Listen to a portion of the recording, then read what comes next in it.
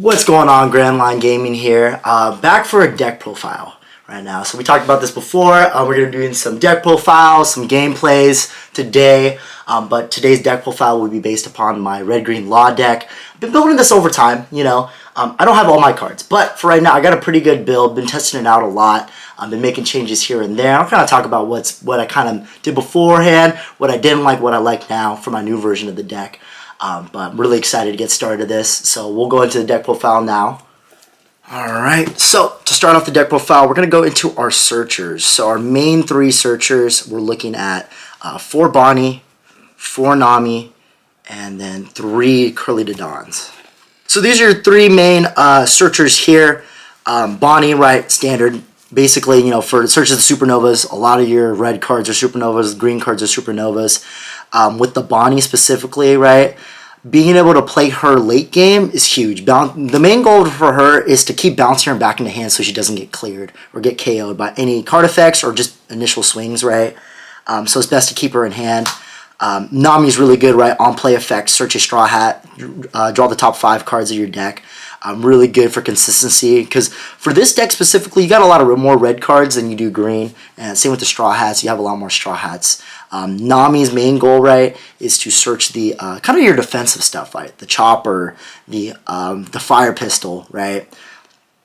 And so for the next one, right, Dodon, Curly Dodon, this is a really good card, right? You run so many one-cost cards. So this searches into a Nami. Nami plays, searches into a Chopper, right? That's like 2 cards off of 1 card right there. So I say this card is really pretty much mandatory. I'm running it at 3 right now just because it's not a searchable card, right? I don't want to mix up my ratios when I draw off of the Nami and Bonnie and not hit anything, right? So right now we're keeping it at 3. I like it at 3 so far. I think it's pretty good for those.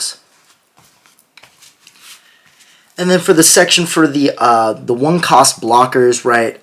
Chopper at 2 or Chopper at 4, and then Gang Beige at 4 as well. Chopper standard, right? Just casual, regular 1 blocker that's searchable. Capone, right, or Capone, he's good, right? Searchable too. I've seen builds where they run less than 4. They run like 3 or 2 potentially. It may even cut him 2 as well. I'm running him a 4 right now just because I'm missing some cards. Maybe I'll mess with the ratios, but for right now, I think he's pretty good, right? He's a good starter or a good card to have in hand. You know, it's off the gate, off rip. So that's pretty much it for the blockers. Next section is going to be my utility cards. So I am running 2 Otama, 2 Makinos, 3 Namis, and then a 1 Vista.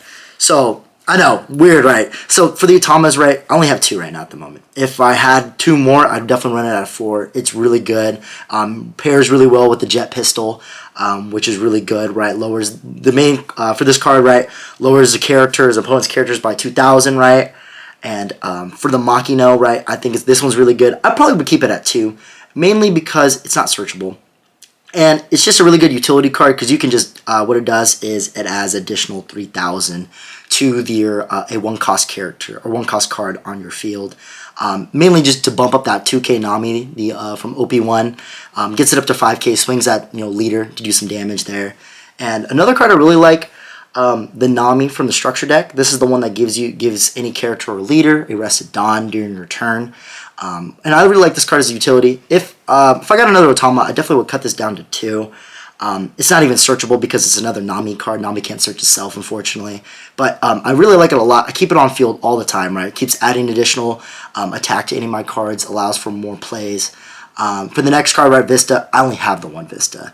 And honestly, running it at 1, it's not searchable. I kind of go through my deck when I'm searching through my deck, kind of drop it on the bottom of the deck. So this might get cut just because I have it at 1. But if you have it, it's really good. Plays really well with Blocker Law and your shambles with your leader Law, right? Goes into KO. So if you had this maybe at 2 or 3, I definitely would do that too as well.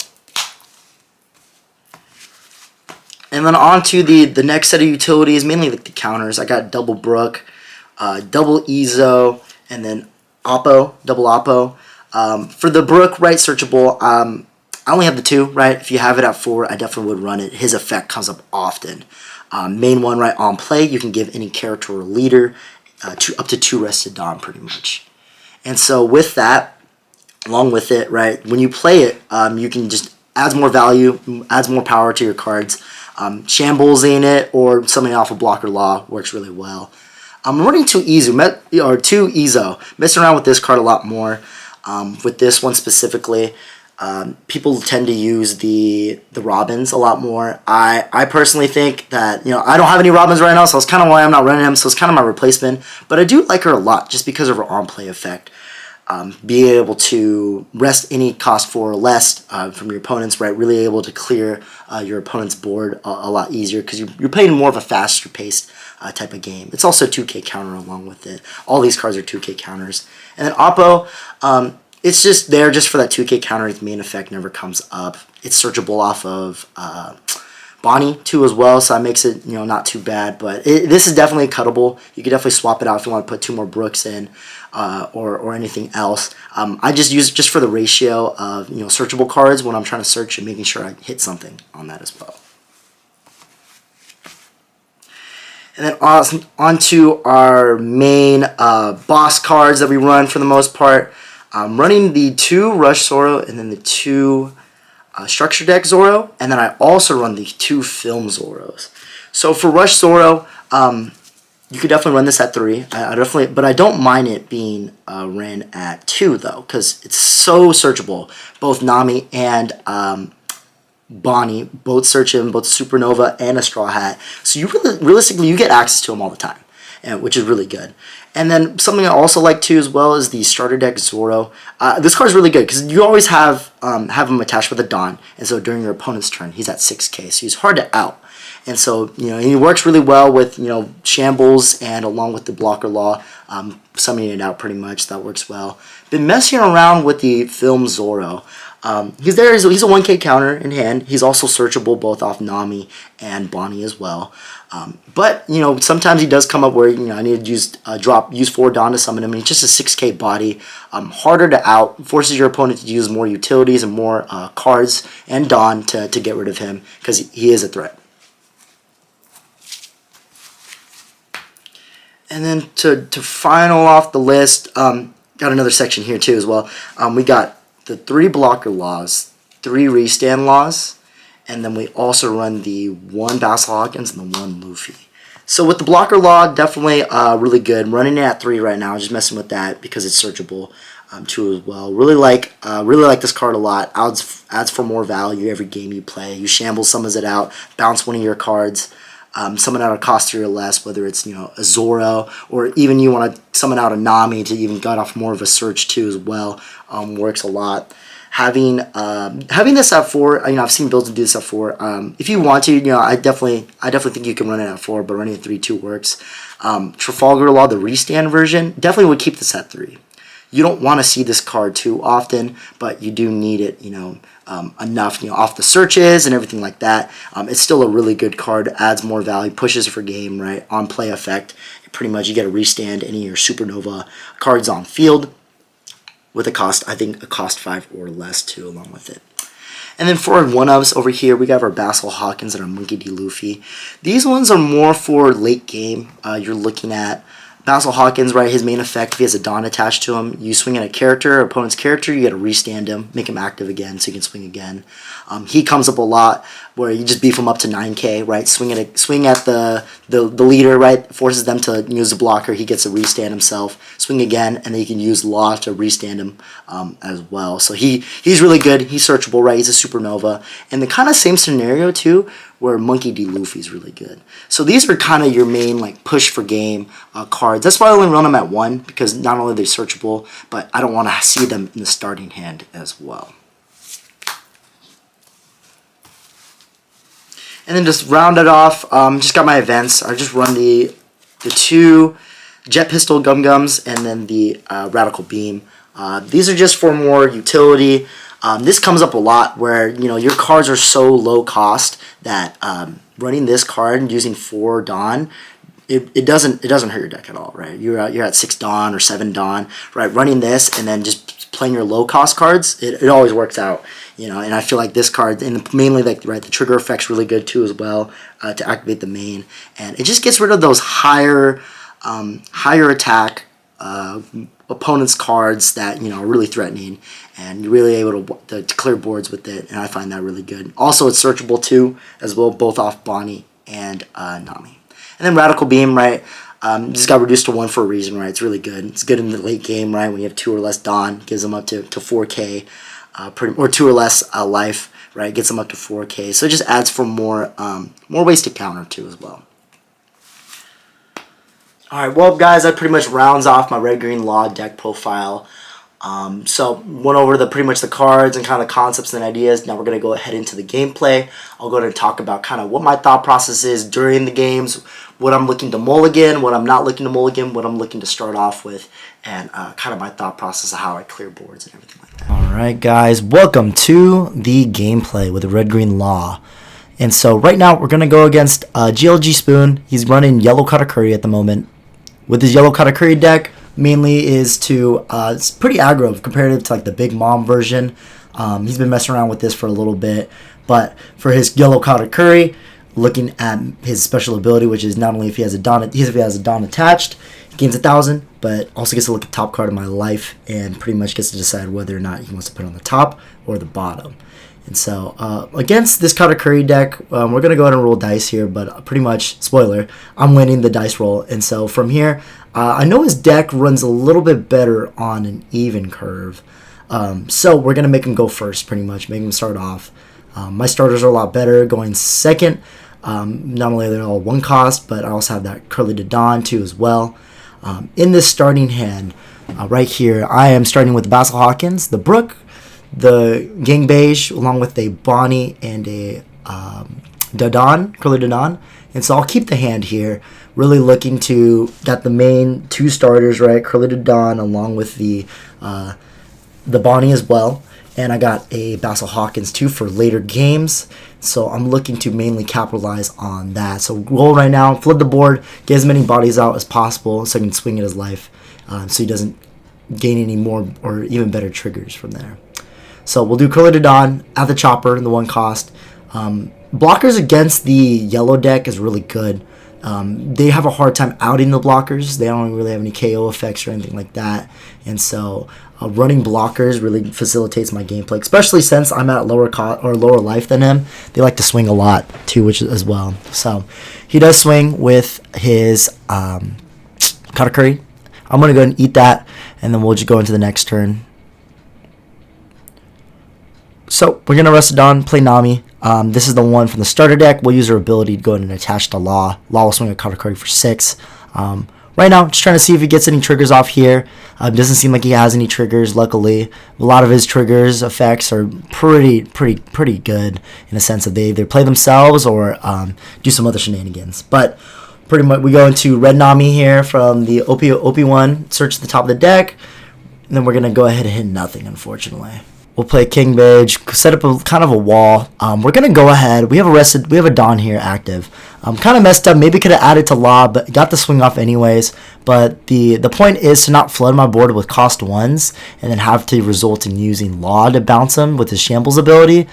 Not really trying to do that, so I'm leaving space for myself to go ahead and play some better cards that I could fill out that slot before, and then Shambles into something else. So he goes to swing with Prospero. From here, I'm pretty sure I'm going to go ahead and eat that, or I'll counter. We'll counter the Brook, get him up to 7k. Then he gets Katakuri, and then he's going to go ahead and swing. And then I'll go ahead and go look at my life, and then I will go ahead and draw that life. One thing I am worried about is that Charlotte Cracker. That's the 5 drop or the 4 drop he played earlier that turn. With that guy, right, if there's a Dawn attached to him, he swings at my leader and he deals damage. He does double damage, so I lose 2 cards. But luckily, I do run a lot of blockers, so I can definitely facilitate my blockers for the most part to go ahead and defend that. I think my main goal right now is to pretty much clear that Prospero. But the Prospero does have a KO effect. If it gets KO'd, search top 3, add a Big Mom from there, Big Mom card. But I'm not too worried about that. I just need to make sure he doesn't have enough characters on board to go ahead and swing for me next turn to clear my board and or do damage, because I am at low life right now. He counters out, right? I swing with Curly for 5k, give him 2 additional Dawn, and then he counters out.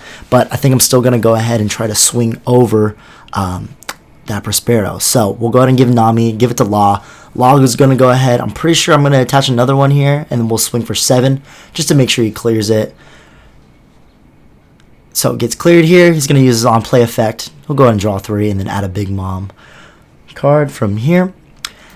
And my next goal is to go ahead and just swing for life. I'm going to probably just shambles pretty much, right? Bounce the Nami back to hand. I'm going to go ahead and play the Basil Hawkins.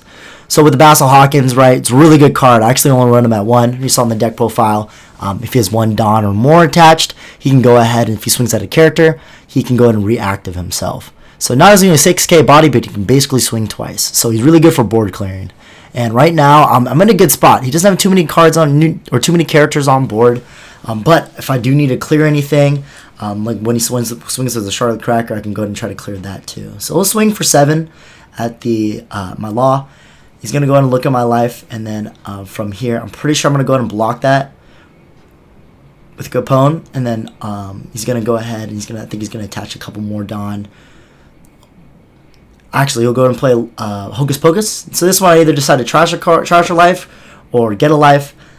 Because of the scenario I'm at right now, because I'm at 2 life, I'm at low life, I'm going to go ahead and give him the life instead. I know my deck's pretty aggro. He doesn't have a lot of characters right now, so I think I can definitely clear his life. Losing a life right now would be really costly, especially in the late game. It'll put me down to 1, so I'm not trying to reduce my chances of losing, definitely. So he clears the Curly Dawn, but it does put the Charlotte Cracker in rest. So I think my goal right now is to basically clear the Charlotte Cracker with the Basil Hawkins, and then I'll just go ahead and keep swinging at his life to reduce his life. However, something I do got to be careful of is playing cards, because I know he has a lot of triggers, and so I just got to be aware of his triggers and possibilities here. And so we go ahead and play Nami. We're going to go and keep digging through the deck, see if we can get a Shambles target that's going to be good. Pick up that Zora, which is great. And right now, I think I'm just divvying up my my cards here. Find it really easy if I divide it like that. That way I can navigate kind of how much Dawn I have left over. So we'll go ahead and attach 2 Dawn to Basil Hawkins, which will boost him up pretty much to 8. Then we'll use Nami to get him up to 9 to use that rested Dawn. And then we'll go ahead and swing at that Charlotte Cracker. So it guarantees the KO, which is great, and he gets reset as active. And then at this point, I'm pretty much looking to play Bonnie. I'm going to go dig deeper for more Supernovas in my deck. We'll go to use her ability to draw. And then I end up hitting Trafalgar Law, which is great. The card, with this plus Basil Hawkins, you get a Basil Hawkins to 9, right, which is that right now. I basically can go ahead and swing 3 times with Basil Hawkins, which is great. So this is what I'll do. Go ahead and let him do his life. He does not have a trigger, thankfully. I definitely lucked out there. We'll give Law another one and have him swing for 6. See if he tries to counter out of that. I think he does. Yep, he counters out of that, puts him up at 7. Then we'll go ahead and Shambles. And then we'll go ahead and bounce the Nami, so we can go ahead and play Law. And then Law will reactive Hawkins. So I'll swing again. And again, right, this is just huge value here. I'm making him reduce his life pretty well. And he also has no triggers. Swinging with someone with 9k 3 times, it's either you choose to burn resources or you don't. You decide to lose life. I think it was a good idea for him to use life versus using resources in hand, just because he had so much of it. And I kind of played into that too as well with this Hocus Pocus play for getting him more life. But we'll advance there. So he plays Charlotte Prospero. This is that one with the KO effect to search off the top 3 cards of his deck. Not too worried about that, because mainly right now he only has 1 card he can swing with. He does run Charlotte Katakuri, the 4-drop. That's a rush, but the card is only rush if he has less life than I do, which at the moment he does not. So he's just going to go ahead and stack up his Katakuri, and he's just going to go ahead and swing over the Basil Hawkins. I'm definitely going to keep him on field, so we'll go ahead and block with the Chopper. And we'll eat that up. Then he goes ahead and passes it on to me. Now, right now, our main goal is to go ahead and swing at his life, mainly. But off of the draw, I did draw the Ezo. So, for right now, I think I'm trying to decide whether or not I want to go ahead and rest the Prospero and then swing at him and clear him, or not. Right now, I think just because I have Basil Hawkins on board, and he can swing twice if there's a character, I'm going to go ahead and rest the 3, play the Ezo, and then rest his Prospero. So now, if I attach the Basil Hawkins, we'll get him up to 8. We'll swing at the Prospero. Then we'll go ahead and pretty much just reactive him. So we'll see what he does here. Trying to decide whether or not he wants to counter. He doesn't, right? Eats the KO, and then he's going to go ahead and search and add off the top of his life. He's going to add another Hocus Pocus. But now that I swung at a character, Basil Hawkins is reactive now. And I still got 5 down to work with right now, so I think I'm mainly going to go ahead and search again for more Supernova targets, looking for better Shambles targets for future. But I'm going to go ahead and add the Jet Pistol here. I'm mainly adding that because I know he's going to try to pump out a stronger character in the next turn, and I can just wipe it with that, which is good. So we'll swing with Law, or Restand Law. He's going to go ahead and counter out of that. And then we still have a Shambles play along with the Basil Hawkins. But we'll go ahead and get our Leader Law, swing at him. He's going to eat that up. No trigger, thankfully. I'm really looking out on these triggers, actually. And then we'll go ahead and Shambles out. Bounce the Bonnie back. We'll play the Zoro. And then we'll go ahead and use Nami's ability and then attach a Don, get him up to 6, and then swing from there. We're going to make him burn another counter. And then we'll swing again for another 8. He's going to go ahead and draw for that. No trigger, thankfully. So with that, a lot of value, right? Reduce his life by 2, I think. And then he also burned cards as well that turn. I don't have any blockers right now, but I'm not really worried because his only guy he can swing with is the Charlotte Katakuri. He could do Rush Katakuri right now, but for the most part, though, I do have counters in hand. I do have cards in hand to counter with. And so I do have the advantage right now. My main goal is to stay alive this turn, and then we're going to swing for game. So he's going to go ahead and KO my Zoro, unfortunately.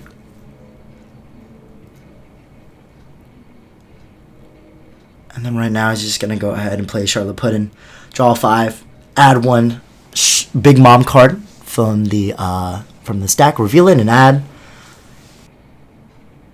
And now Spencer will rest 5. He's going to go ahead and play Hocus Pocus again, but because I have more life than him, I'm willing to go ahead and trash it, just because I know I have a bunch of counters in hands. He can only swing with one guy.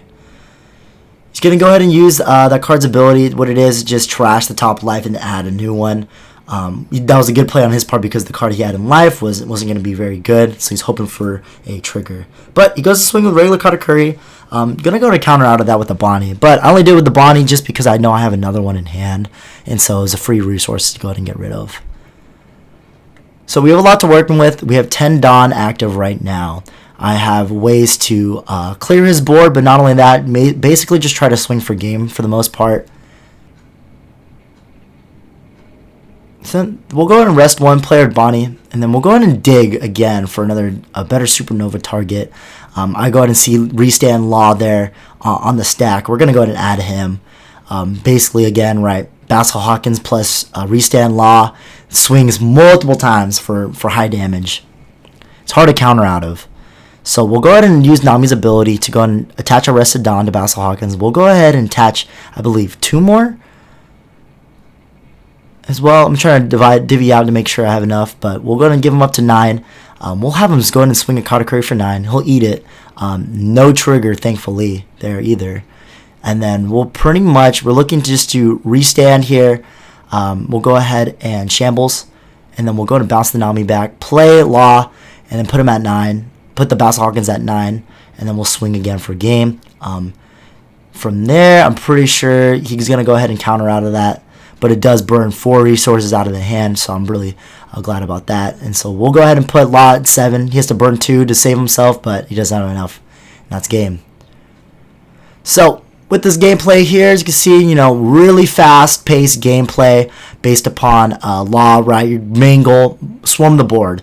Especially with this deck, right? There's a lot of utility that you can use to do so. A lot of 1 costs. So you're able to swarm the board early. And then main goal is to make sure your characters in the back don't get cleared either. Thank you guys for watching. Really do appreciate it. But you guys can go ahead and like, comment, subscribe, share with a friend. But as always, Grand Line Gaming, out here.